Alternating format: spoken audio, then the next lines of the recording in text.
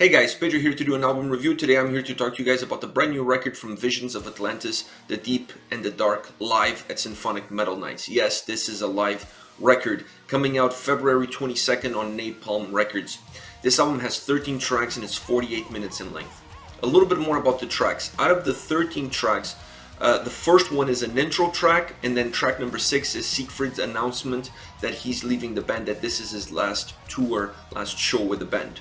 So if you take those two tracks out, the album really has 11 songs.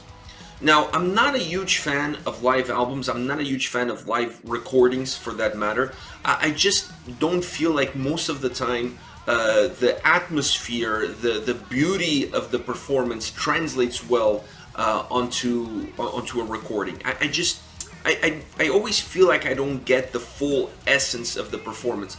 Part of seeing a live performance is the visual aspect of that same performance. It's not just about the audio, it's also about the visual. So because of that, I'm not a real big fan of live albums. Having said that, I took the chance, I sat down, I listened to this record, and I'm glad I did, because I really enjoyed this performance. I enjoyed the little intricacies that the performance had on its own. The fact that Siegfried announced his departure from the band, and that's recorded as part of the performance. They're introducing the new member that's replacing him, Michael Giacchioli from Temperance. So the fact that they had those factors in there added to the interest that the record brings. Besides that, the performance itself is really well put together. I really like the fluidity of the album. I really like the track listing. I like the order that they took. I like the fact that they didn't spend too much time talking with the audience in between songs. That would have really extended the tracks. And to me, when you're listening to a live record, it really takes something away from the performance. It really takes from the enjoyment of listening to a live record. So I like the fact that they didn't do that. They kept it on script. There was song after song after song. Some of them have a little interlude, if you will, but not much. There really isn't that much fluff around the songs. It's really straight to the point. It really goes to the songs. And then if you want to get more into the details of it, the songs are really well recorded. And to me, on a live album, that is a must. Sometimes you get the songs a little muffled. The vocals are a little bit drawn out by the drums, by the guitars. Things don't seem in place. There seems to be a loss in quality of not only of the performance, but quality of sound. That is not the case with this record. This record overall really transports you to the performance. It really takes you to that place, to that time, and it really allows you to imagine how it would have been to be there in person and watch the performance. The sound quality is extremely good. I really like the mix. I really like how they did it. The instruments come alive in this live performance, but both vocalists really shine as well. I really like the dynamic between them. I really like how that was transported into the record, how that was transported into the recording of the live performance. So there's a lot of good things about this live record from a person who's not a fan of live recordings. So that says something about it. I really enjoyed it overall. Clementine's vocals are absolutely incredible. My God, what a magnificent voice. And in this recording, if you listen to their studio albums, obviously, it's obvious to anybody that she has an incredible voice. But not always it translates well into a live setting. And this record, they really were able to capture the essence of her voice, the essence of the band, and how good they are live. To me, that is the takeaways from this record. If you ask me for 3 points that you take away from listening to this record, one is it really transports you to that moment in time. It really transports you to the venue, to the performance.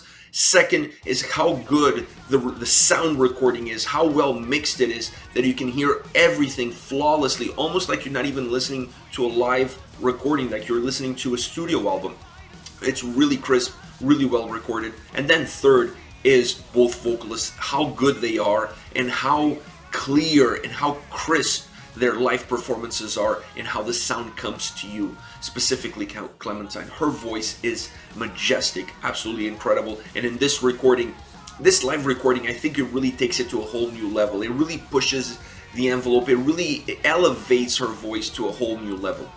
Now, Normally on a live record, I'm not really going to talk about a lot in depth about songs, because the songs on the record, you guys already heard them before. They're from previous records, so there's no point on going into extreme detail about songs or what the songs have to offer. Now, I did pick 3 songs that to me, based on this performance, gave something different and gave something new to the songs itself. The first one is The Last Home.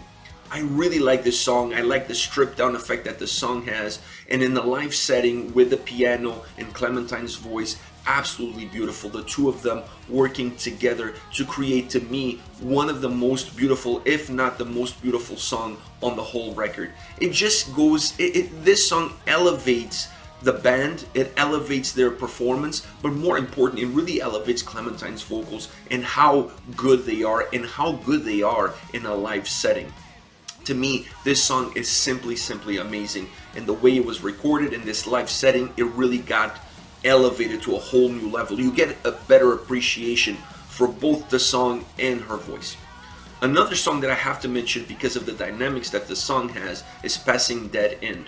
The reason I'm picking this one is because this was the second last song on the set, and it really got the crowd involved. The crowd starts singing along parts of the chorus, specifically Passing Dead End, so they start singing along that part. It really interacted with the band.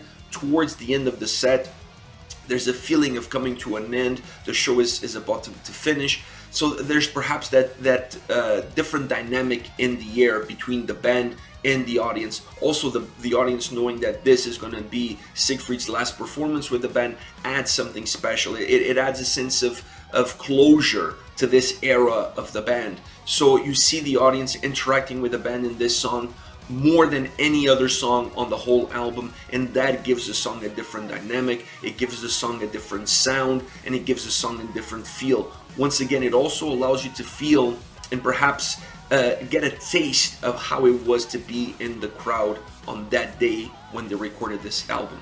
Last but not least, I want to mention the song Lost.